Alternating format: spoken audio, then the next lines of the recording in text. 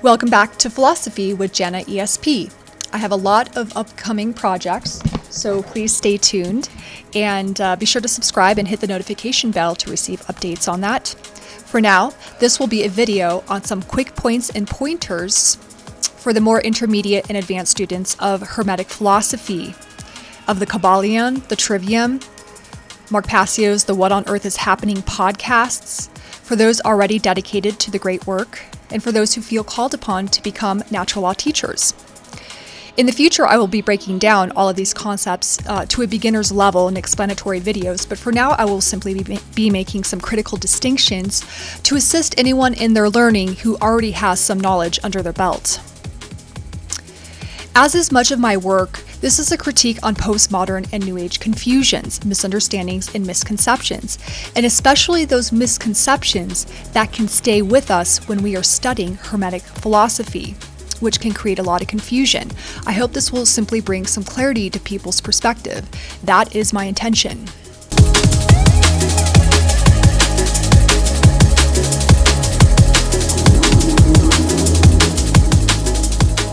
If you can't combat sophistry, then your philosophical foundation will disintegrate because your understanding of the absolute won't be absolute.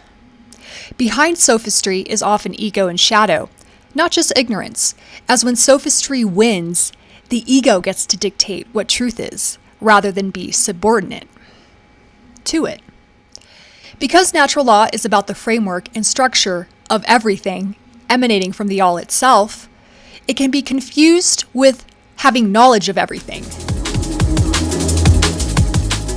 It is a common misperception that people who understand basic principles of natural law are know-it-alls who claim to know everything. Of course, one can be arrogant when using such knowledge as an ego prop, which is indicative of more inner work to be done, but knowledge should not be necessarily conflated with arrogance. There is a definitive difference between the spirit of arrogance and the spirit of certainty. Yet those who truly understand principles will not seek to be arrogant, even though unyielding in what they know. These principles are perfect, even though we are not perfect. We are all subject to error, but we can know the higher without being the higher. When we truly understand higher principles, humility is the only correct response, for our imperfections must be measured against the utmost standard of perfection. Any hierarchies we place ourselves on top of will be shown by truth to be made of delusion and ego.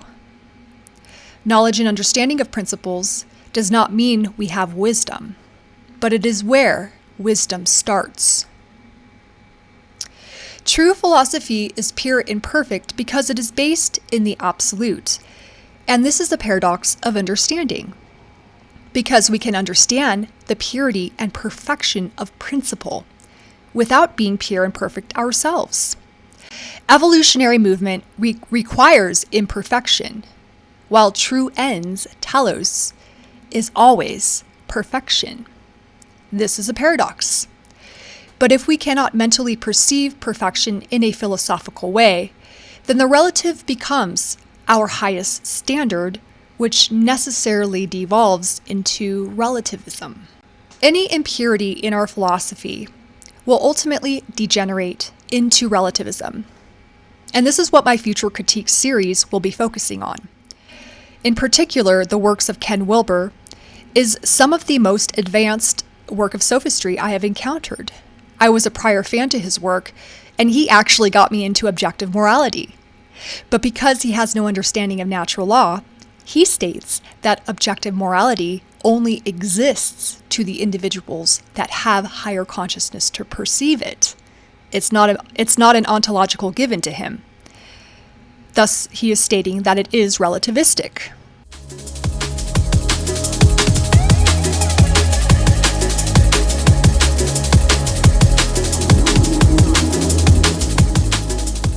The post-New Age cul-de-sacs are on the rise. These types of pseudo-holistic ideologies will only become more popular as a replacement to New Age sophistry. I feel a personal call to the work of sorting through these issues because I have personally suffered from their mind viruses, and I want to help and prevent that suffering to others. Even 1% relativism in one's worldview will lead to relativistic systems of slavery. Even an infinitesimally small amount of relativism is still a snake in the garden. For relativism operates on the slippery slope of blurred lines and the so-called indistinguishable or indeterminate. Philosophy is the basis from which action springs. Thus, our philosophy is of great importance. When this is understood, then pointing out harm in philosophy through incorrect claims and assertions is just as much a moral obligation as defending oneself and others from harm. Because action comes from mind, if our worldview is not correct, then only incorrect actions can follow. Moral relativism is an offensive ideology. It does create harm and offense in action. Even if it does not violate another person's rights directly, it is supporting the worldview that does. Moral relativism will always rationalize and validate evil to some degree. This is why it is often correlated to Satanism. Even a drop of relativism offers a complete blind spot to the ego, shadow, and sin. Spreading disinformation, even unintentionally, can also create harm in this way. True philosophy can answer all the challenges of sophistry and moral relativism. For anyone who has listened to the phone calls on What on Earth is Happening podcast should know that Mark is excellent at combating arguments of moral relativism. He has been my teacher for this. I want to stress how important those podcasts are, and also stress that the tricks of sophistry will only become more and more clever over time.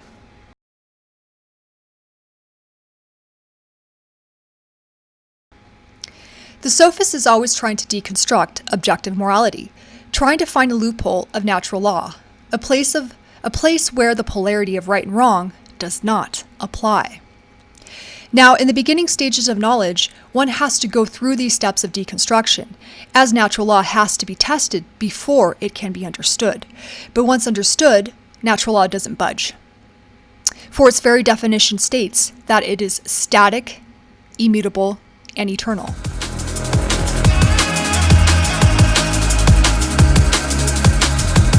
The absolute is part of true philosophy, while absolutism is part of false ideology, connected to religious dogma.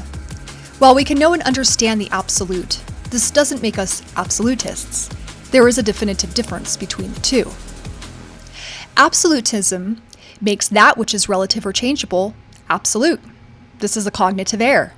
For example, our understanding of our human physical origins on this planet will always be speculative. We can never know with certainty what has happened because we do not have direct access to the data. We cannot have facts. We can instead have opinions, intuitions, theories, speculations, and conjecture. This does not mean the study is all lost on us, but that we cannot make definitive claims about it.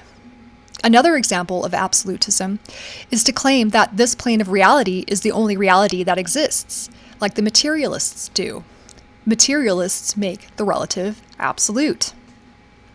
As Hermeticists, because we understand the logical existence of infinity as nothing cannot exist, and because we understand the levels of vibration and degrees of being, we can know with certainty that this plane is but one of many. There are many other examples of absolutism, but that should suffice for now. The absolute, on the other hand, is context-free. Hermetic metaphysical principles are context-free and absolute. When it comes to laws and principles, there are no exceptions, ever. Laws and principles are forever binding. In the context of laws, there is no "this is true but" statements. The context where this statement applies, "this is true but," can be seen in patterns of classification and behavior, but where the patterns are not absolute. For example, Most apples are green and red, but not all. There is an exception to that rule. From the days of Heraclitus and Parmenides, there has been an argument whether the world is in flux or static. And of course, the resolution here is achieved through understanding paradox. Laws and principles are indeed static, but they operate in the world of flux. We can know what the laws are because of their static nature, even though we cannot know how they manifest all the time. The metaphysical structure of the universe is static and cannot be changed. While our understanding takes time, we do not have the liberty to change this knowledge, to change its content. We are seeking what is objectively true, not to arbitrate or put forth our own subjective take on it. Now, subjectivity is perfectly fine in other contexts, such as critiquing art, but when it comes to Hermetic knowledge, the distinction between subjective, meaning applying only to oneself, and objective, meaning applying to oneself and everyone else, to all, is clear and absolute. We are seeking here that which applies to one and all. Polarity, gender, and gradients. The black and white checkered board in Masonic symbolism represents the ignorance to the law of polarity, or the law of duality. And the two main types of polarity that fall under this category is logical and moral polarity, of true, false, right and wrong, and good and evil.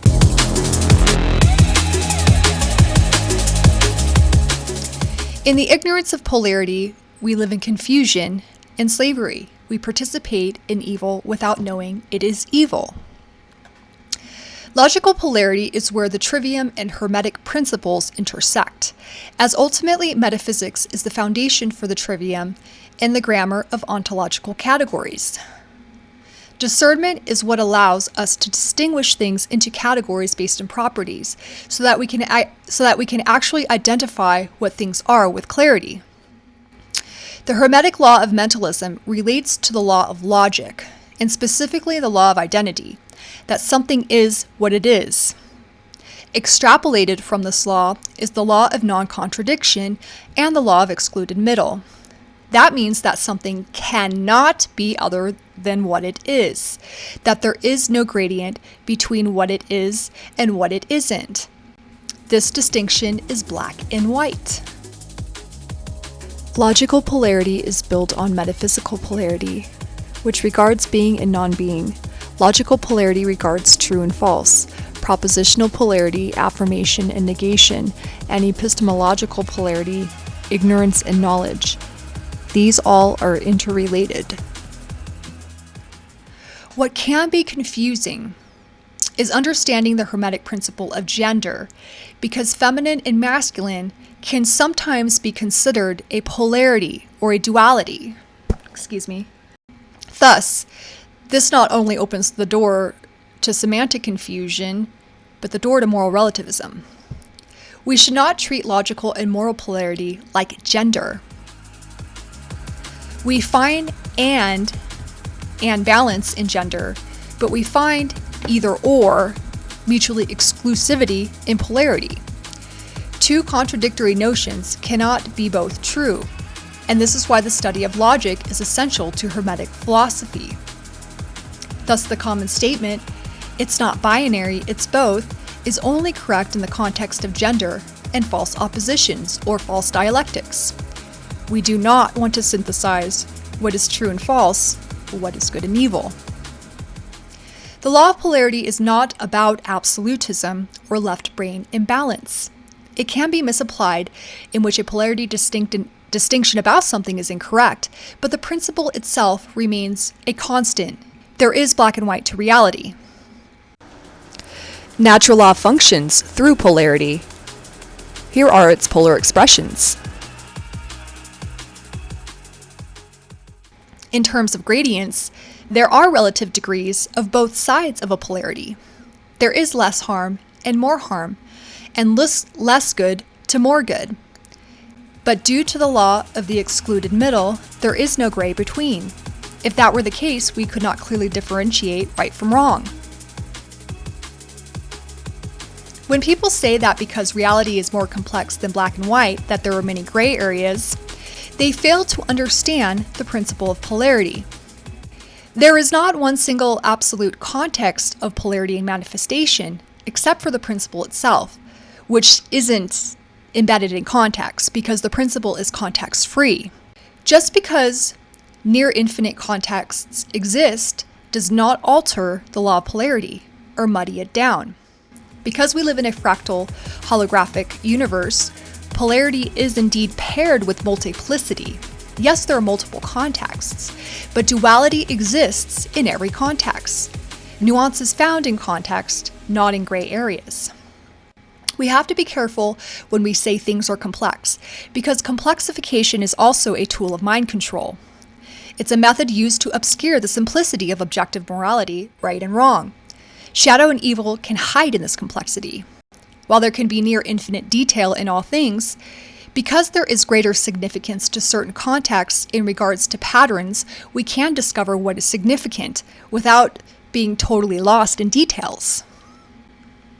A common error of postmodernism is the desire to transcend polarity and use infinite contexts as a way of obfuscating polarity. This leads to moral relativism. For example, in the postmodern theory called general semantics, there was an attempt to transcend Aristotelian thought of being and non-being by seeing a gradient in between.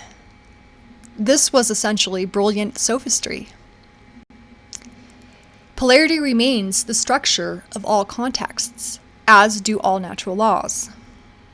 In the New Age, uninitiated, so-called spiritual business communities, moral relativism often peeks its ugly head in the realm of sexuality and sexual relationships. Because power often combines with lust, blurring moral lines allows for power dynamics to be sustained in sexual relations. Stay tuned for my upcoming presentation going into some of these sexually deviant cults.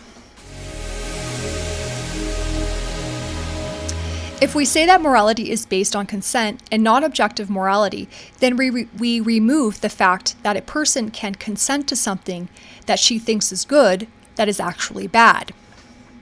For example, a sexual predator may be able to con a woman in bed to use her, and she will have consented to the act. But this act is still not in harmony with natural law. This is not a case of rape, but of sexual harm. Harm can exist without the violation of someone's rights.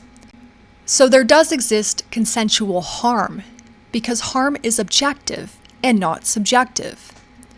By virtue of the existence of manipulation and deceit, which definitely includes self-deception, consent can never be the basis for morality. Harm and no harm goes far beyond consent, as natural law is the ground of morality and is definitive about that polarity, even when our understanding is not clear. Take, for instance, the global picture. We are consenting, in a sense, to all of our to all of our global systems of slavery, out of global deception. But slavery remains evil, with or without our consent. We are still participating in harm. When it comes to consent, what can be confusing is the area of property rights and self-ownership, as those boundaries are made by the owner, as the owner has to assume responsibility and risk of all actions towards his property. This does not, however, make morality subjective, because the transgressions of these boundaries is still objective harm. And this does not make whatever the owner decides objective morality, because the owner may not have proper boundaries based on reason of what to allow and what not to allow, and this can only be understood in a case-by-case basis. For example, you may be a masochist and desire someone to punch you, or you may be a weak coward and allow someone to totally take advantage of you and your possessions. Both are still wrong because harm was done to oneself, even though consent was given. On the other hand, one's boundaries may be too stiff, and you may state to the world that no one is ever allowed to give you criticism, feedback, or unsolicited advice. And the reason that could be harmful is because you may be shutting out critical information brought to your attention simply because you do not want to hear it. To have greater alignment with natural law means that you are seeking the appropriate boundaries, which takes all important contexts into consideration to live what is reasonable. For example, if you have been married for 50 years and you still won't allow your wife to drive your car when hers breaks down, then you are not being reasonable about your property rights. Again, this is very specific to context, but what is not specific to context is that there is still right and wrong.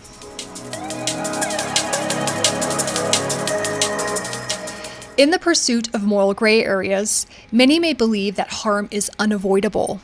To say that harm is unavoidable as a metaphysical axiom or principle is incorrect, for you are stating that harm is a metaphysical necessity, which ultimately rationalizes the existence of evil. In metaphysics, we speak of necessities and requirements as to truth itself, not contingent upon the systems of man or the conditions that we have created. Conditions are always subject to change. Metaphysics is not. Again, metaphysics is absolute and perfect. This relates to the pragmatic axiom, the ends justify the means, that in order to do good things, we have to accept that bad things will be done. The basis of government and other relativistic systems of control is that it is a necessary evil.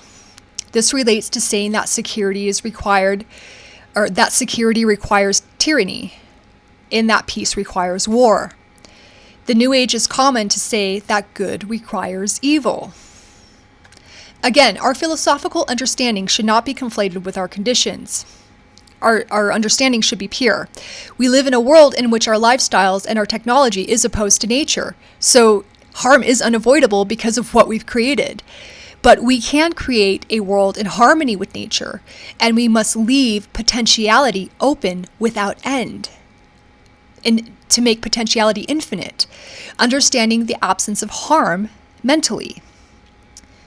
Once we muddy the principle of right action as being perpetually mixed actions, then the slippery slope of relativism will come about. Even if perfection is not found in the relative, we must seek the good without the bad.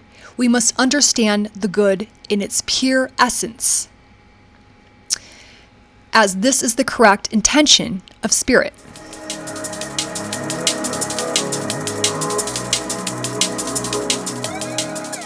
There is a definitive difference between the initiate and the non-initiate in Hermetic philosophy. To the New Age community, there is no distinction, because the capacity to even perceive this difference has not been yet developed. Being awake means to understand basic principles. This was explored in Mark Passio's Streetwise Spirituality, what it means to be awake. Now, one may assert that there is always a gradient of understanding, but both gradients and definitive thresholds exist. In terms of becoming an initiate, this means one has climbed the ladder off the checkerboard floor. We do not say that the initiate is between the floor and the ladder perpetually. There is polarity to knowledge. Now, a gradient of understanding exists when we are approaching our understanding of these principles, as we learn them one by one, and this takes time. A gradient exists afterwards in our refinement of understanding these principles and our application of them in reality. But in between, there is a point where a threshold of understanding is met, where we can be considered to have enough understanding to be an initiate, and this can be seen in the consistency of our explanations and non-contradictory understanding. Contradictions are always indicative of the lack of understanding. This threshold can be met because principles are limited and finite and can be known. And you can say that there are 7 principles minimum. The quadrivium, the studies post-trivium, deal with number and the sufficiency principle necessary in understanding any particular subject. If this threshold did not exist, then we could not know about certain subjects definitively. Now, meeting this threshold does not mean you know everything about the subject matter, but that you know the essentials to be able to properly contextualize any new data thrown your way. Yes, learning is a continual process, especially in terms of application, and also in terms of self-knowledge, which is another aspect to natural law that I have not focused on here. The onion layers never stop peeling. There is always more to grow and more to improve on. But once you understand the principles, you do not have to keep relearning them. You do not have to be in a perpetual state of not knowing what they really are and being confused by them. They can eventually become part of your worldview in a fixed manner. Time, attention, study, contemplation is required. When we speak of Hermetic principles, we are speaking of the structure of knowledge, not all knowledge. No one can ever know everything. Evolution goes far beyond this plane and all other planes, so there is no maximum level of knowledge in the relative. Knowledge can be infinitely refined with greater detail, but this does not change its basic structure, which can be known definitively. This structure appears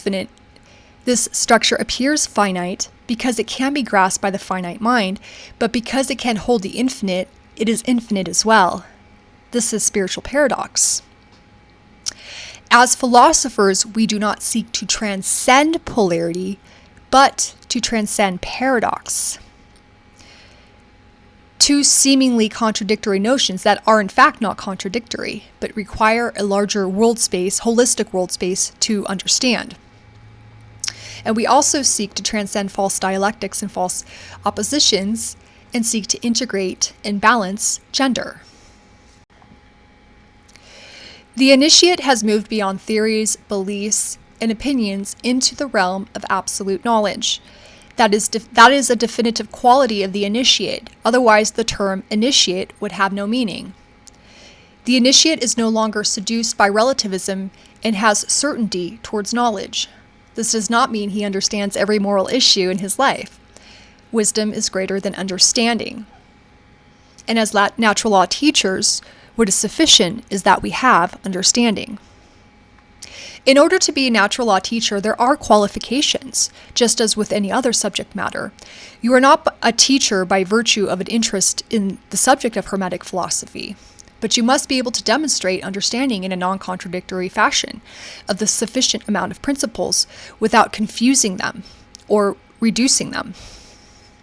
Natural law teachers should not be teaching different things, because there is only one truth, not many. Yes, there are many paths to the same truth, but not many truths to the same path. It is a critical distinction that differentiates the uninitiated from the initiated. And here I focus on content, not the style of presentation, which is of course subject to the individual. We first have to have knowledge and understanding before we can teach.